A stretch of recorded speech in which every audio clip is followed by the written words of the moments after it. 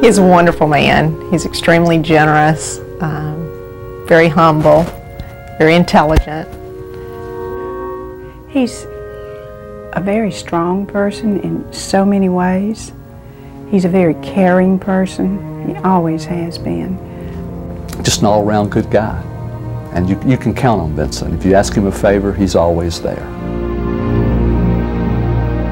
He's somewhat of a Renaissance man in that he has a lot of different talents and a lot of different loves that don't go along with an academician. I mean, you think of most people in the academy as being the brainiacs, and he's smart, but he doesn't come across as that. I mean, he's just an average guy. I think Vince really exemplifies the community spirit of the Shreveport-Bossier community. And by that, I mean someone who has that 30,000-foot view of the community and the community's needs and wants, and is able to see things from that higher level perspective. Vince is a guy who is sort of like the duck. He's paddling pretty hard underneath, but always looks calm on the surface. I always like to joke and say he got the brains, I got the hair. You know, he just always was with it. He had so much, it seems like he was born with the ability to handle so many different types of things. Initially we lived in Fairbanks, Louisiana, and in Swartz, and then moved to Monroe in 1941, and going to St. Matthew's School. When I went into the Army after I got my commission as a second lieutenant in the infantry, that's where I really learned to teach, was in the Army. We have great teaching methods. And I always suspected I might want to teach. My mother was a great teacher, taught all of her life. My first memory of Bubba is he's 13 years older than I am. So when I was 5, I remember him sitting at his desk with a big cigar studying. He was in college. I only saw him on weekends for years and holidays. And he'd come home and take me hunting and fishing. Oh, great times, yeah. I mean, he was like a brother and father. You know, he was tremendous. He spent a lot of time with me. He was a good influence on me in a lot of different ways. I guess we could say he was a 50s stalker because he followed me around all that day. And I finally found out later why. And all the freshmen were registering down in the bottom, and this old top sergeant was right there at my shoulder. And we were looking for a sponsor, a female sponsor of our company. And he happened to point down there, I'll never forget, his name was Sergeant Stevens. He said, "Oh, isn't that a beautiful young lady down there?" And I looked down there and said, "Oh, she is." So I just immediately ran down there, accosted her. And he came up to me and asked if I would be the company's sponsor for the ROTC. And I didn't know what he was talking about. Had no clue. And luckily her friend, who was older than her, punched her in the side and said, "Say yes." And she did, and that became a lifelong commitment.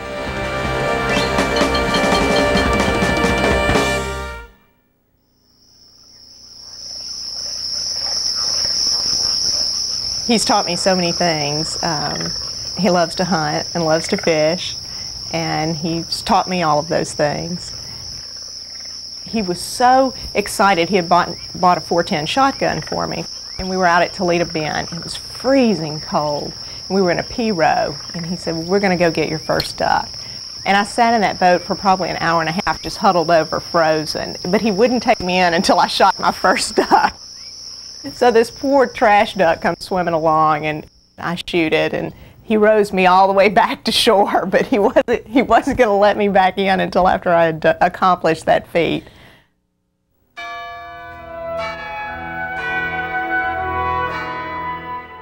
Vince Marsala would be just as persistent in his work.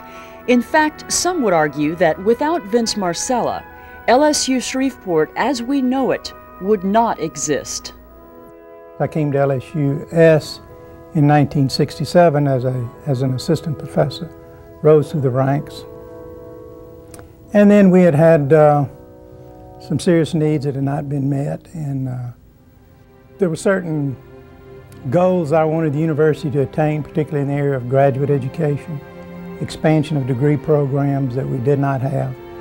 And I thought it was absolutely necessary that the university attain these goals, because Shreveport-Bossier has been really the largest metro area in Louisiana without a public university.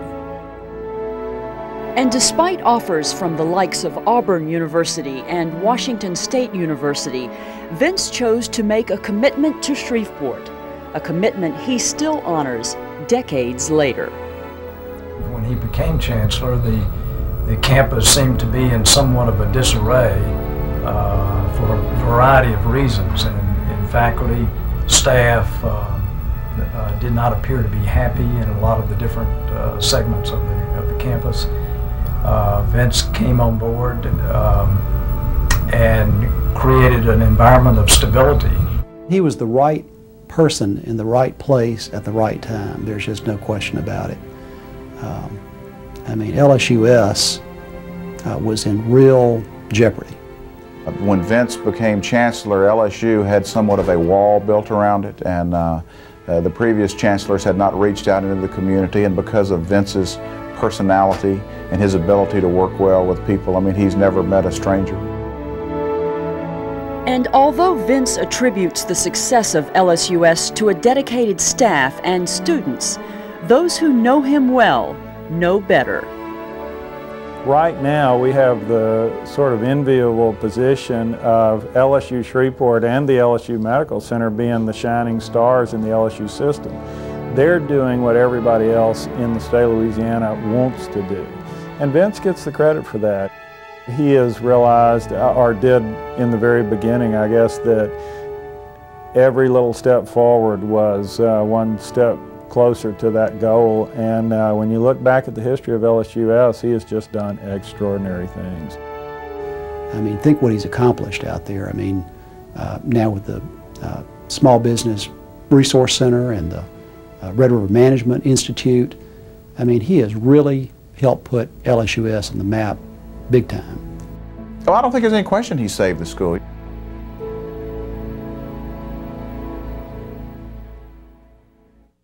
Maybe one of his not so good points is that he doesn't understand people's tolerance for looking at his pictures of his dog is just not as high as his, you know. All I want is a little dog to be walking. The only thing I can think of is empty house syndrome, you know, with Sean gone. So, you know, I don't know whether Sean ought to be happy about that or not, but, you know, takes care of her dog too. We never knew that we'd own another dog, and now here we made a trip to Hattiesburg, Mississippi 2 weeks ago and got our own miniature schnauzer. Missy Beignet is her name, and she's quite the thing now, and it's taken over our household. I usually call in the morning on my way to work. I'll just call and say good morning and how's your day going so far. And Mom said, I think your dad's going to have to retire now because he's asleep in the lazy boy with the dog on his chest. So. There was that road trip to Colorado when Sean was a baby, that eagerly anticipated camping adventure. She screamed and cried for the entire trip to Colorado. We spent one night. We got up the next morning, packed the car, and drove all the way back to Shreveport. Drove in the garage, put the door down, and Vince says, don't tell anybody we're here and don't tell anybody what happened. So that was the end of our tent camping. A few years later, as Sean got older, there were the tennis tournaments and some forgetful moments. And I remember one day we were running around, we were late, and I was in the car, Sean was in the car, all the tennis rackets were in the car, and Vince came out to get in the car, and luckily we were in the garage because Sean said, Daddy, he was all dressed and had his tennis bags, but he'd forgotten his tennis shorts. So absent-minded sometimes when he's focused on other things.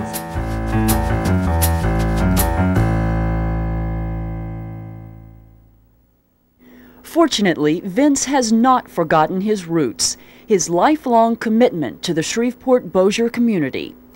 And because of that, we are all better off. congratulations. I mean, he's very deserving of this honor, and he's truly a loyal person, and the city of Shreveport's better off for having him.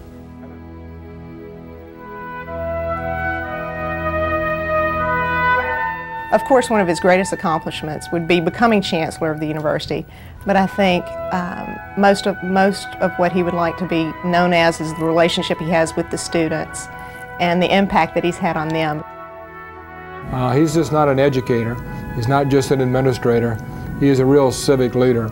And I think he's living proof of the fact that academics, when they leave the classroom, has a great deal to offer in making our communities a better and stronger and more viable place for all of us to live. Louisiana needs more of Vince Marsala.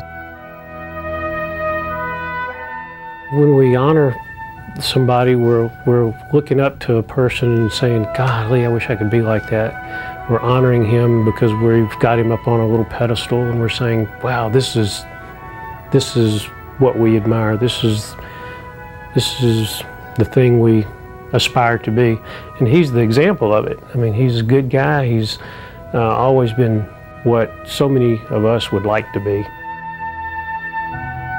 He's always had a sense of commitment to working with other people and to try and make things better, I believe. So I've always been very proud to know him and to be a part of his life. I really have. I know how hard that you've worked your whole life, and you've always given Mom and I everything that we wanted, and you've always been so supportive of us. And I'm just so proud of you, and I'm truly honored that you are my father.